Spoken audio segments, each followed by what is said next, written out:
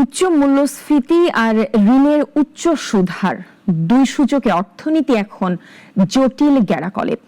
নীরব মহামারী মূল্যস্ফীতি দমাতে পারছে না বাংলাদেশ ব্যাংক, আবার মহাভুলের মাশুল দিচ্ছে বেসরকারি খাত। কারণ ঋণের সুদহার এখন সীমার বাইরে।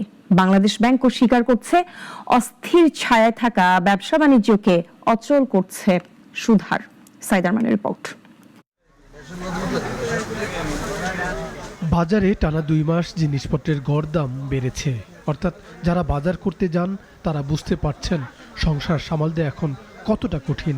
ব্যয়ের লাগাম টেনেও যেন সংসারের এক পণ্য কিনলে ঝুড়ি থেকে বাদ দিতে হচ্ছে অন্য দরকারি সদাই।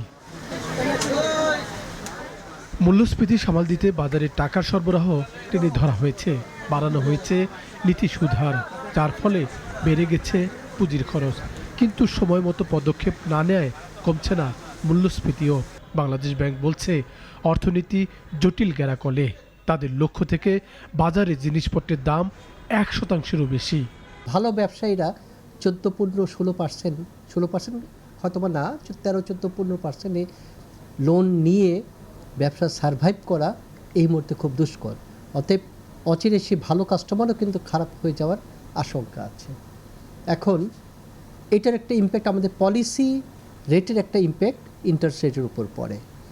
কেন্দ্রীয় ব্যাংক চলতি অর্থবছরের দ্বিতীয় প্রান্তিকের জন্য নতুন মুদ্রানীতি প্রণয়নের কাজ করছে। চলছে সামষ্টিক অর্থনীতির বিশ্লেষণার বৈঠক। তবে মুখপাত্র বলছেন তাদের পদক্ষেপের পরও মূল্যস্ফীতি কমছে না, তাই নতুন মুদ্রানীতির ভঙ্গি নিয়ে তারা চিন্তিত। এখনও মূল্যস্ফীতি আমরা কাঙ্ক্ষিত মাত্রায় নামাতে পারিনি, এই কারণে পলিসি রেটে হাত দেওয়ার চিন্তাভাবনা এখনও করতে পারছি না। কিন্তু পলিসি রেটে অ্যাড্রেস না করলে কিন্তু তার ইম্প্যাক্ট টোটাল ইকোনমিতেই পড়বে, ইনভেস্টমেন্টে পড়বে, ইন্ডাস্ট্রিয়ালাইজেশনও পড়বে।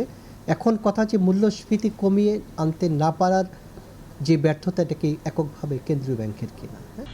এখন উচ্চ সুদহারই অনমনীয় মূল্যস্ফীতির অন্যতম কারণ হিসেবে কাজ করছে বলে মনে করা হচ্ছে।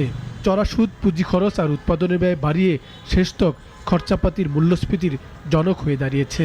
অনেকে মনে করছেন উচ্চ সুদহার কমিয়ে ঋণ গ্রহীতাদের স্বস্তি দেওয়ার কৌশল দরকার নতুন নীতি কৌশলে।